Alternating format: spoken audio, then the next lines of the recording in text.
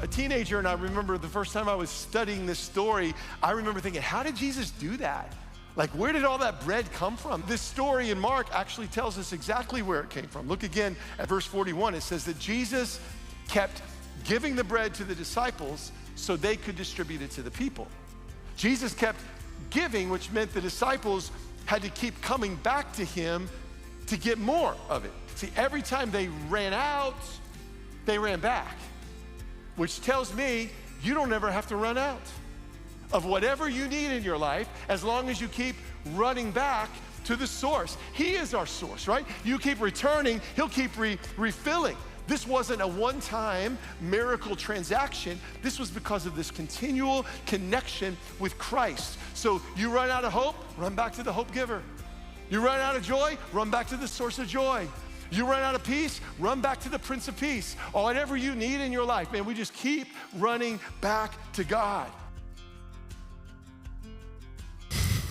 Let's go. Keep running back to God. Welcome to Keep Talking Live. Grateful to have you here with us on this Veterans Day. Happy Veterans Day to everyone. Yeah. Happy birthday to Michael, who watches in St. Augustine all the time. So happy birthday, Mick. Yeah, my father-in-law. I love it. Yeah, I love it. I've met him. Yeah. We're buds. Yeah, that's Mick, right. You happy got to shout him out. birthday. Yes. So, great to have you all here. I have my pin from my middle school band Veterans Day assembly that I had to leave early to be here with you all. All right. Worth it. Yeah. Doing the most today. Leighton was playing the trumpet. He did a great job. I took no video because really it's like, who needs to? But I saw him. I was there. You were there. That's what matters. I was there. And you're here. Yes. Thanks for joining us. Ashley is back with us this week. I invited myself. She did. And I was grateful I invited myself to this today, guys. I said, I loved this message. Can I come talk about it more? I want to live in this one. So, and that's what we're going to do. We're going to dive into the message. Yeah. We're going to talk about this series that we're in. We're going to talk about this message, feeding the 5,000 and all of that. I want to start with a question. Okay. All right. So put you on the spot here a little bit. And you can answer this in the chat as well. Have you ever had something that maybe started small, didn't seem like a big deal, but then it turned into something a little bit bigger? Started small, but ended up having a big impact. Yeah. I also think this is one of those principles that can work for you or against you, right? This is like positive or negative. I think one of the things that comes to my mind is just writing. That's what I do. Yeah. But at the time, this was years ago, I remember thinking, I kind of have like this, I think maybe writing is a gift. I don't know. Sometimes I don't think I can write. Sometimes I'm like, I can't do this anymore. I have no words. Yeah. But feeling like I don't know what to do with this, and started doing it in small spaces and just for fun. And then I didn't even know you could write for a church, and ended up getting on writing for a church, and it's turned in. But it really started with just journaling, and then it grew into something bigger. It was consistency, I guess, is what I'm trying to say. Consistency. You took a little gift and then got to here something I special am with it. All right. On Keep Talking. That's it. You're using those words. So welcome to Monica and Nori, Linda, Marcia, Cheryl, excuse me, everyone. So if you have something like that, something that maybe started small, but ended up making a bigger impact, a little more significant. Yeah. I took a different angle with this one. All right. Let me hear. So I had a time in my life, I probably wasn't doing very well as I could realize. I was washing dishes, and I had this one particular cup. We have these cups from all the different places where we've lived, and it's like a little map etched on the cup, and so like all the different cities and whatnot. And so I had the Huntington Beach cup, and I was washing it, and I dropped it in the sink, and it broke. And for some reason, it was too much for me, too much to handle. And I was like crying, and my wife was like, "Are you okay?" And I was like, "I thought that I was, but clearly I'm not." And so I was just like, like what's going on? And then a couple weeks later, this is just a moment between my wife and I. A couple weeks later, one of our dear friends, Cammie, in California, I get this package in the mail, and it's another Huntington Beach glass. And I didn't tell her. I didn't tell anyone about it. I was embarrassed about this thing. That is wild. And somehow Cassidy told the story and mentioned it to Cammie. She got on it. She did another one. And of course, I cried during that one too, and was just trying to be like, hey, this is small. Like it's a cup. It's not a big deal, but it meant so much to me. And now when I look at that, I think of Cammie and I think of our friendship and how important she is in our life. So, yeah. I love that. Ours is ornaments. We have ornaments from all the places we've been. Yeah, that's good. This is off topic. This is Keep Talking, and we're all friends here. We're talking. Y'all, I had a horrible nightmare last night. Okay. Do tell. This is like, we're just all friends chatting. This has nothing to do. This probably isn't going to enhance your spiritual life at all. But I had a horrible nightmare that there was a fire in our backyard and it was coming to the house. And I was trying to get everybody out, and I got like the kids out and the animals out. And then I was trying to figure out in my house what to get. And it was very detailed. I was trying to get my prayer journals. I was like, I need all my prayer journals because this is, again, going back, like I started writing, and then I was trying to get all of our passports. There's all the things that I was like, I can't. Sentimental and practical at the same time. And then I woke up, and that was like 4 a.m. And so I've been up since 4 a.m. Okay. Good morning, good afternoon, everyone. We're ready. We're ready. That's how my day started. Okay. Your cups made me think of me going back to get the prayer journals. Yeah, the important sentimental all things. The symbolic things. In life. The special things. Yeah, Ebenezer stones. So let us know in the chat, maybe what's something that's small that's turned into a bigger thing in your life. And you'll see where we're going with that a little bit later, right? Pastor Todd shared a passage out of Mark, one that we talk about a lot around here. Actually, every time, if you've never taken the journey, I highly recommend it. Take our class, The Journey, if you haven't done so, because it just lays out who are we supposed to do? What is our purpose? And now as I teach college students at CFSEU, there's always that drive of like, what am I called to do? What is my purpose in life? Yeah. And I love this verse that we highlighted in The Journey because it really lays out if our purpose is going to be like Jesus's purpose, let's understand what his purpose was. Check out this clip. Mark chapter 10, verse 45, and it's the words of Jesus. And he said this, he said, even the Son of Man, speaking of himself, even the Son of Man did not come to be served, but, say with me, but to serve and to give his life away. Those two words, serving and giving, man, they marked Jesus. They defined who he was. And as followers of Jesus, we want those two words to define us as well. I love that. One of the things we do with our apprenticeship program here with our students, I got to help with that curriculum. The very first lesson they have is on vision. And it's talk about beginning with the end in mind. And we actually have them write their own eulogy. And we're like, go all the way to the end. Yeah, I know. It's a little morbid. Hang with me. And we have them write their own eulogy, and we say, hey, what do you want to be remembered for? And every time I come back to that curriculum, it is a gut check for me every year of sometimes the things that I'm like chasing or the things that I think are so important. When I zoom out, I'm like, I actually, like, that's not going to matter when those who are closest to me stand up at my funeral or come to my funeral. What's going to matter? It comes down to Mark. Did I give? And did I serve? Because that's what's going to make an impact. Like, nobody's going to talk about what the shoes you wore, or even the job you did. Like, it's going to be like, did you give? Did you pour it all out? Make an impact. And did you serve? Yeah. That's great. Right. There's a podcast that I listen to a lot called the Dadville podcast. Love. And they don't anymore. They used to end all their episodes with, what do you want your kids to know? Right. And then what do you want people to say at your funeral? And it is that gut check of like, what are we doing? What do I really want my life to be about? Yes. And so, yeah, that's solid. Give, that's good. Give and serve. Yeah. That passage in Mark is really important. I spent some time this week actually going back and just looking at where this section falls in Mark, and to go, all right, well,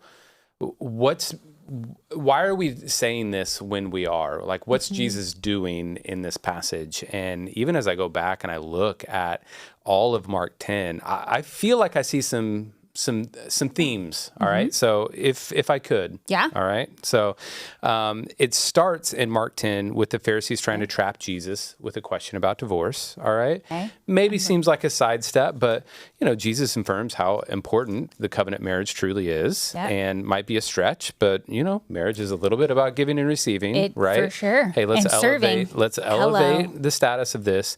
Then right after that, Jesus welcomes little children, right? He gives them time. Yep. All right. He spends time with them. He serves them. Then the wealthy person asks Jesus, like, what do I need to do to be saved? Hey, you've done all that stuff. And then he tells him, hey, you should sell everything and give to the poor and then come follow me. Can't do it, right? But then he says, but many who are first will be last, and the last will be first. So kind of flips that serving, that upside down kingdom. So we have that short section on Jesus predicts his own death. Yep. All right, how he's going to give and serve his life. Yep. And then James and John ask the dumb question to Jesus. Their mom did, wasn't it? Yeah, Their mom. like, hey, who can be at your right Helicopter mom. hand?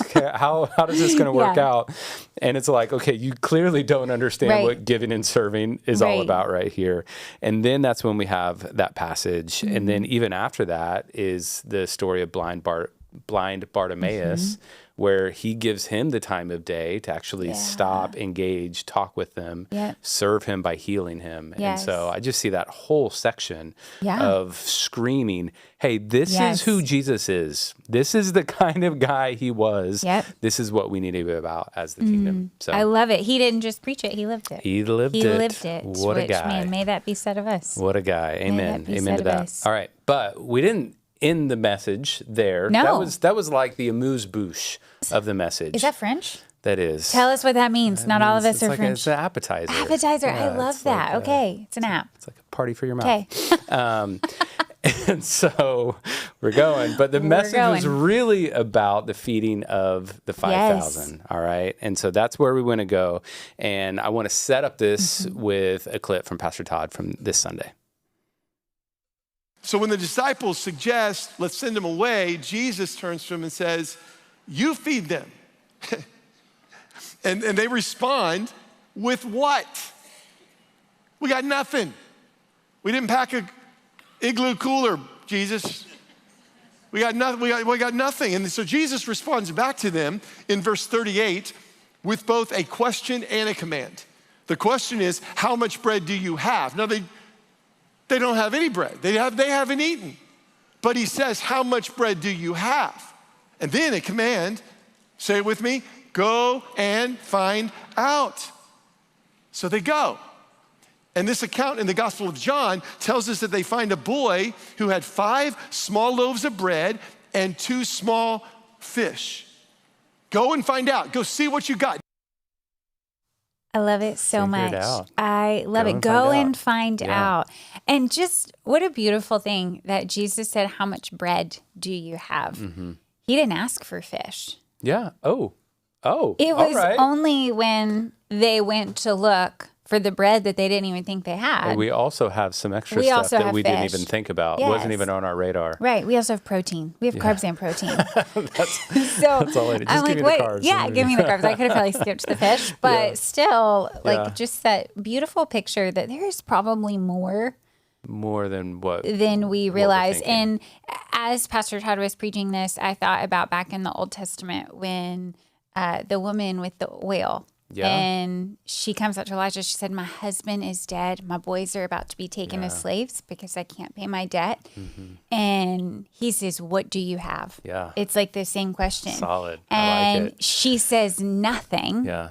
And then she says, except a little jar of oil. Yeah. And I just imagine this woman like selling everything. She's like, I've sold my couch. I've sold the table. I have nothing left. Like, and then she's like, except like just this. This. Okay, we can work with that. We can work with that. Yeah, and finish the story. What happens with it? Yeah. So if you're not familiar with the story, she has her sons go door to door and collect jars. And get as many jars as you can. Get as many jars as you can. And as long as she poured, the oil kept flowing until she had enough to pay her debt and for her boys and her to live. It's so interesting that when they ran out of jars, she told the boys, I need another jar. The boy says, there are no more jars. And when she ran out of jars, the oil, when it stopped being poured, it stopped flowing. Yeah. Like there probably could have been more if there had been more jars. Yeah. I love it. Which is really similar to the right feeding there. of the 5,000 of like when everybody was filled. Yeah. It's like, okay, we're done. We're done. We're set. Leftovers. So why do you think that sometimes we default to what's missing rather than what we actually have? Yeah. Why do you think we skew negative and just look at the things that we don't have? I think there's a lot of reasons. One, I think it's really hard to be grateful over what doesn't seem like enough. And it's hard to feel like I have enough when I look at what everybody else has. Ooh, and it's really easy for me to, and just being really honest, get on social media and feel like, wow, they're doing so well. Like, you know, they're taking the big vacations and they bought the new car and they're renovating their house. And like, how are they doing so well? And it starts to make me feel like I'm not where I should be. I should be farther along. And then I get like, okay, I don't have enough. And that's not really true. I just don't have what I think they I don't even know what they have. They could have a lot of credit card debt. Hello. That's right. Like I don't have what I think they have. And I think for me, sometimes a fear mindset will cause me to want to hold on because I'm so afraid of running out. Yeah. That's great. That's like one of my biggest fears is just running out. What if we run out? And that mindset causes me sometimes to hold back, which like Pastor Todd said, God can't bless what you hold back. Yeah. And I think God's saying, hey, I want you to be dependent on me. Yes. I'm okay with that. Yep. I'm okay with you feeling like that because I want you to know where the source is. Yes. I want you to know who to run back to. We'll get to that a little bit later on as well, right? So what I want you to think about at home is what's maybe something that you already have that God could use. Maybe a tool, a skill, an experience, something, maybe you have some time on your hands. What do you have that God could actually use? Yeah. And maybe we're not thinking about it because we're thinking about the other things that we want. Yep. But hey, there actually is some stuff in my hand. Yes. And there's some things that I could use and bring to God and begin serving and seeing the impact in the world. So drop that in the chat. And then sometimes we get so worried about what we're missing. We're not trusting God. But God can turn something relatively small into something significant. Yes. Watch this clip from Pastor Todd. Verse 17 says, we have nothing here, what's that word? Except 5 small loaves of bread and 2 small fish. Nothing here except that. But you know that Jesus has a way of taking the except and making it exceptional. He can do, the thing that you think is nothing, hardly worth mentioning, God can use for a miracle. But we got to actually get it into his hands. The miracle takes place when it gets into his hands. Jesus still blesses whatever we put in his hands, he will bless. Now, if I don't put it in his hands, he can't bless it. Like, he can't bless what I hold back. And this is more than finances. Any part of our lives that we hold back on God, he can't bless it. But if we put our marriage in his hands, we put our family in his hands, we put our business in his hands, we put our days in his hands, whatever you put in his hands, he will bless it. So much good stuff in this miracle. Just and so open-handed. Yeah, right. And so this miracle, so I think sometimes when I read these, like we've seen Jesus do a lot of miracles. We see him do all kinds of things. Again, all the Gospels highlight this story. It's kind of like, okay, we've seen it, we know it, but there's so much here and so many things that we could pull apart and go back to. I love that you talked about Old Testament already because to me, there's a couple things in here that I go, ooh, that's going back as well. And so I love that Mark highlights that had them sit down on the green grass.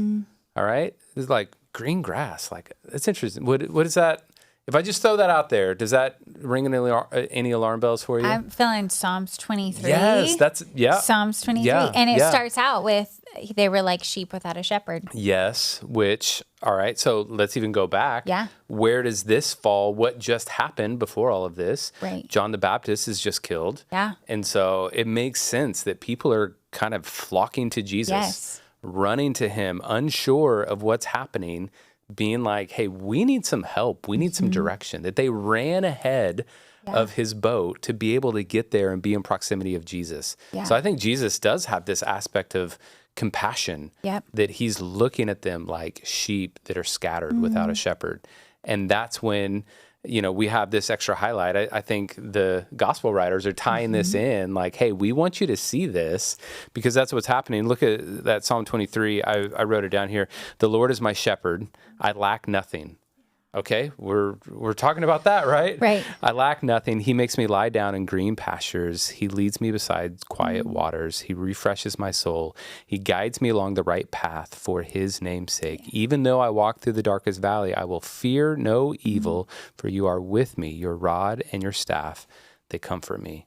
And so just see a lot of, in the midst of this Jesus movement, as it's growing, as it's starting to hit some of this oppression from the religious leaders, from the Roman government, I think it makes sense that people are a little scared, people are a little unsure.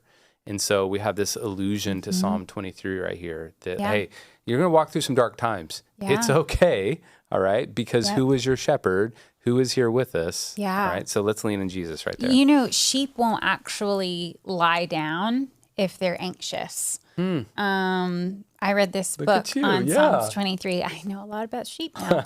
It's a beautiful book. It's called, I think it's called A Shepherd's Look at Psalms 23. Okay. It's a tiny little book, but a shepherd, that was his livelihood, wrote about what Psalms 23 would have meant to David. And so sheep won't lie down if they're anxious.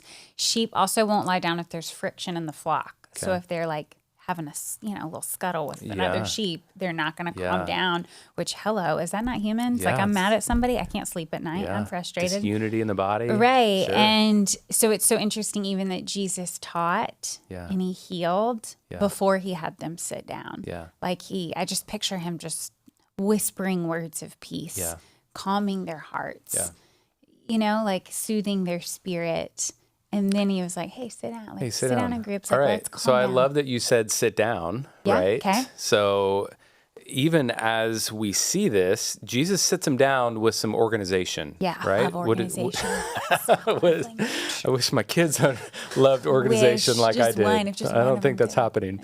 But how does he sit them down? What does he tell them to do? He has them sit in groups of 50 to 100. And you think thousands of people. He literally puts them in small groups. Yeah. All right. So let's make a big church small. Yeah. And let's be about circles and not rows.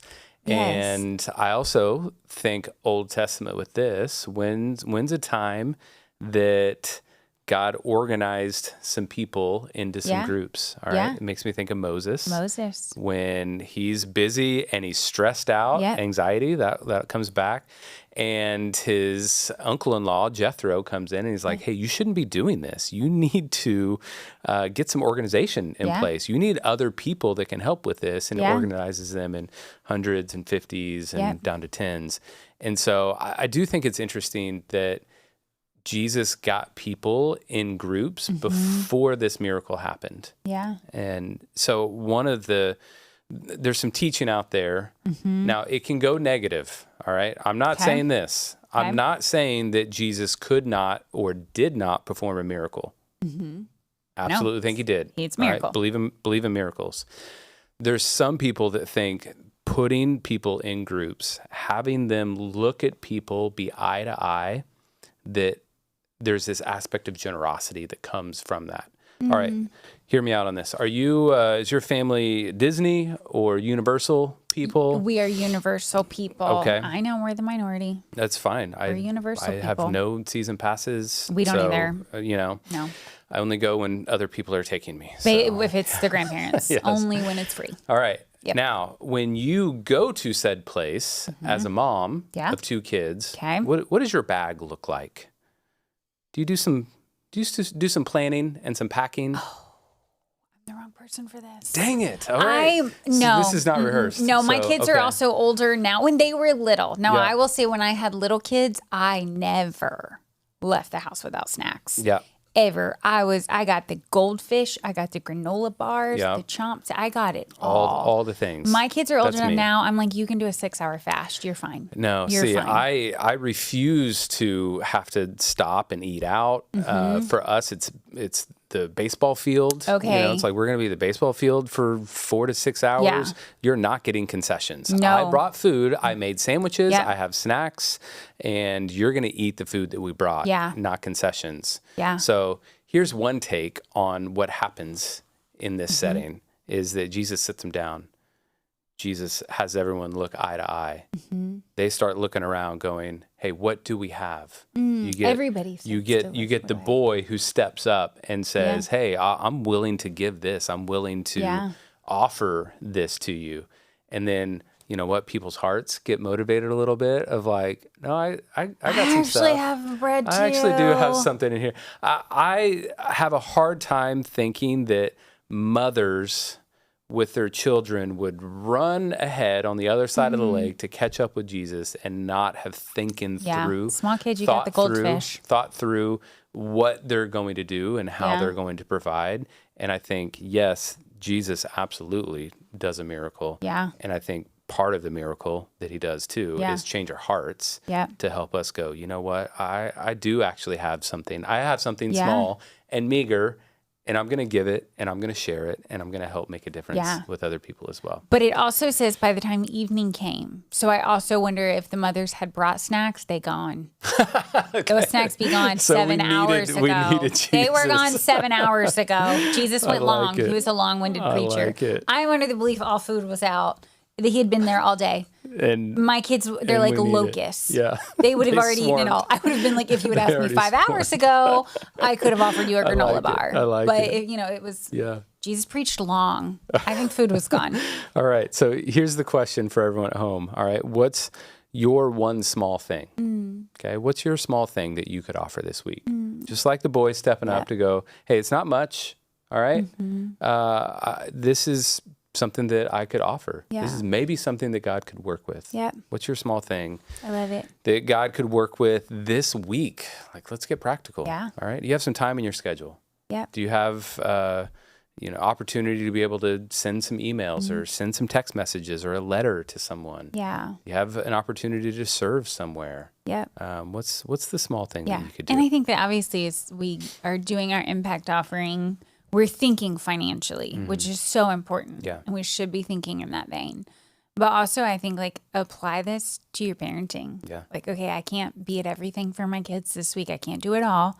But like, where can I show up and just give 100%? Yeah. Like I have this 45-minute car ride with you today. Yeah. I'm just going to give you 100% of my attention. Yeah. Or, your marriage, like just work opportunities. Maybe you can't do the full project. You're like, great, what can you give today? You have 2 hours, work I got in trouble diligently. from my oldest the other day because now he's driving with his permit and I'm in the passenger seat. And, I'm doing emails and I'm doing all this stuff. Chauffeur. And eventually he's like, hey, screenager, put your phone down. And I was like, Screenager. yep, sorry. No, My bad. treat them like a chauffeur. My bad. All right. So here's the beautiful part. It doesn't stop when we give our little part. Jesus keeps multiplying. I love this part from Pastor Todd. Check this out. Now, when I was a teenager and I remember the first time I was studying this story, I remember thinking, how did Jesus do that? Like, where did all that bread come from? Like, out from under his sleeves? Or what was it? Where was that? His poncho? What he had? Where was that bread coming from? But this story in Mark actually tells us exactly where it came from. Look again at verse 41. It says that Jesus kept giving the bread to the disciples so they could distribute it to the people. Jesus kept giving, which meant the disciples had to keep coming back to him to get more of it. So Jesus kept giving and they kept returning. Jesus kept giving, they kept returning. See, every time they ran out, they ran back, which tells me you don't ever have to run out of whatever you need in your life as long as you keep running back to the source. He is our source, right? You keep returning, he'll keep refilling. This wasn't a one-time miracle transaction. This was because of this continual connection with Christ. So you run out of hope, run back to the hope giver. You run out of joy, run back to the source of joy. You run out of peace, run back to the Prince of Peace. Or whatever you need in your life, man, we just keep running back to God.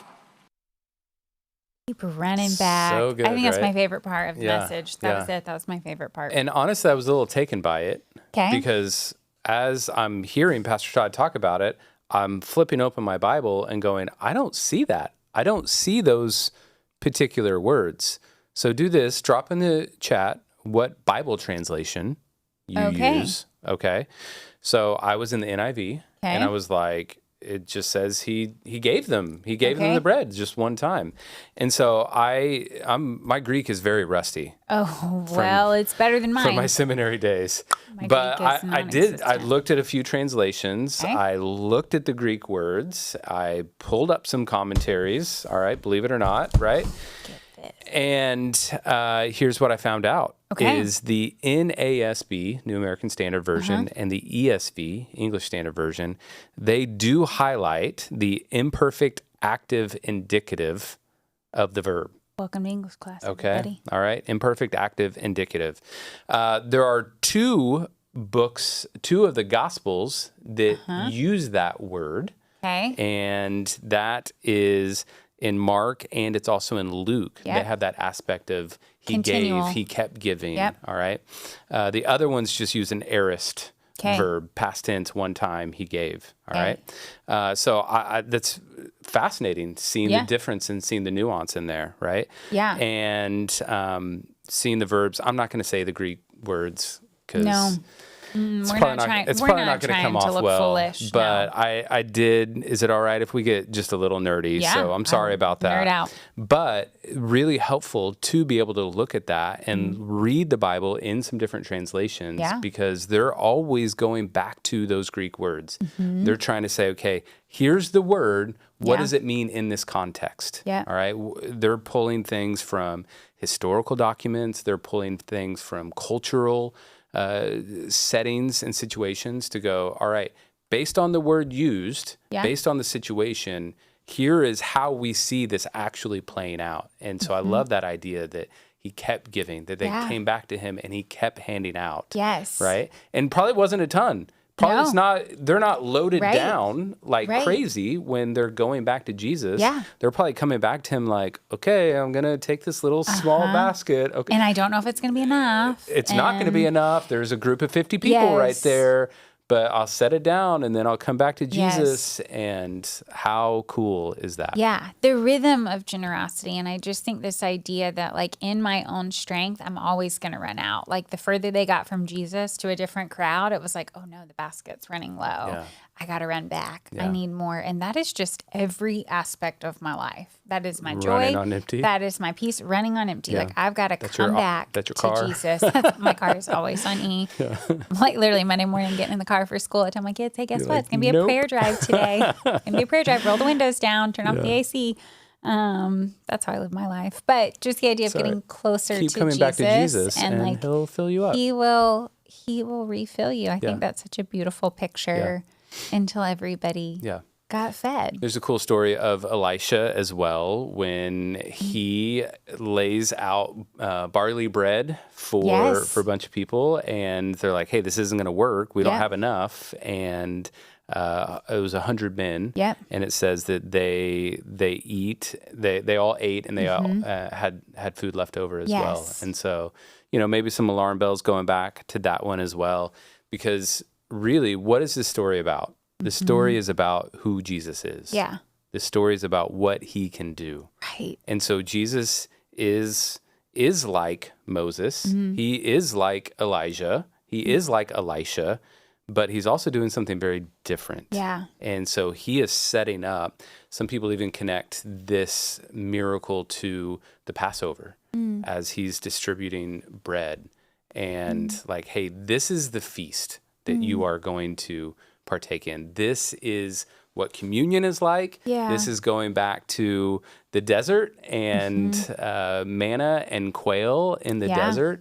Why did they get quail? Because they were dreaming about the fish that they used to have in Egypt. And so God was like, all right, cool. I'm going to give you so much quail, you're going to get sick. Yeah. And so, you have these times where God is giving people the bread. He's helping them to survive. We see Jesus and communion in the Passover giving himself as the bread to people. We have these images in Revelation of everyone sitting down, every tongue and tribe and nation sitting down at this banquet. And here is Jesus on the side of a green grass mountain orchestrating this banquet for everyone there. And so beautiful. What is the story about? What's it supposed to point us to? Yeah. Don't get caught up on can miracles happen. Don't get caught up on exactly how it happened. In my college class, I talk a lot about the Bible doesn't answer what and how. We think with the Western mindset. We want to know, how did this happen? What is this all about? Give me the details. Give me the facts. The Bible is about who and why. Yeah. And so what are we supposed to see in this story? I want us to come back to, we're supposed to see Jesus. Yeah. We're supposed to see him as the one that provides for us, that sustains us. We're supposed to see him in this new covenant mindset. Yeah. Because that's what he's initiating. That's what's happening here. Oh, and he is the bread of life. Let's go. So like, talk about standing in front of the bread of life and being like, where are we going to find enough bread? Yeah. What? Like, that's so crazy when you think about it. You are standing in front of the bread of life. And just a few chapters earlier in John, he told them, I have food you don't even know about. Yeah. And the disciples are like, what? Like, where is that? You got a vending machine? Right. I know. It's What's like they this just about? kind of forgot. But I think like he is peace. He is the Prince of Peace. So like you can't stand in his presence and not have it. He is love. You can't stand in his presence and not have it. And That'll just preach. think, and then what a beautiful thing is I sat with this passage. Like, we know Jesus cares about our souls. We know he cares about our eternity. But like, he cares about our stomach. Yeah. I mean, they were hungry. He could have said, I've done enough. I've healed you. Like, he opened blind eyes that day. He healed broken backs. He healed broken legs. The lame walked. The deaf could hear. He preached incredible. He could have been like, that's enough. Go home. You have food at home. Yeah. He cared about their stomach. He's like, I want you to go home not just spiritually nourished, but I care about your physical need. And what a beautiful thing if you have a need today. Like, your Father sees and he cares. Yeah, I love that. That's great. That just like encourages my heart. Like, he sees and that's the kind of God he cares that we serve. Yes. I love in the chat everyone talking about time. I have time that I can give, right? How beautiful is that? And our most valuable resource. Yeah, I just want to encourage you this week that as we live out this passage, as we live out this miracle, for us to keep running back to Jesus. Yeah. For us to come back to him and say, hey, here's what I have to offer. How can you use that? How can you bless it? Because we know that he can and he will. All right. Yeah. So, hey, as we close out today's Keep Talking, we are going to take a break until January. So we will come back in January. Looking for the We're going to holidays? figure some things out. Happy Thanksgiving. Merry crunch Christmas. some numbers. Happy New Year. And we're going to figure out the best way to bring this back in the future. And so we will see you this coming Sunday. Maybe some of you, if you can join us in person for Freedom Encounter on Saturday. And then Sunday for our kids get Christ to bring their Fellowship impact Everywhere. offering on Sunday. That's right. So Our kids get to bring it. So if you haven't done your impact offering yet, now's the time. Now's the time. I love it. Okay. I love it. All right. Well, thank you so much for joining us, Ashley. Thank you for being here. Thank you for writing all the Keep Talking content. Thanks for letting me come when I invited myself. And Thanks, guys. all right. We'll see y'all soon. Love you.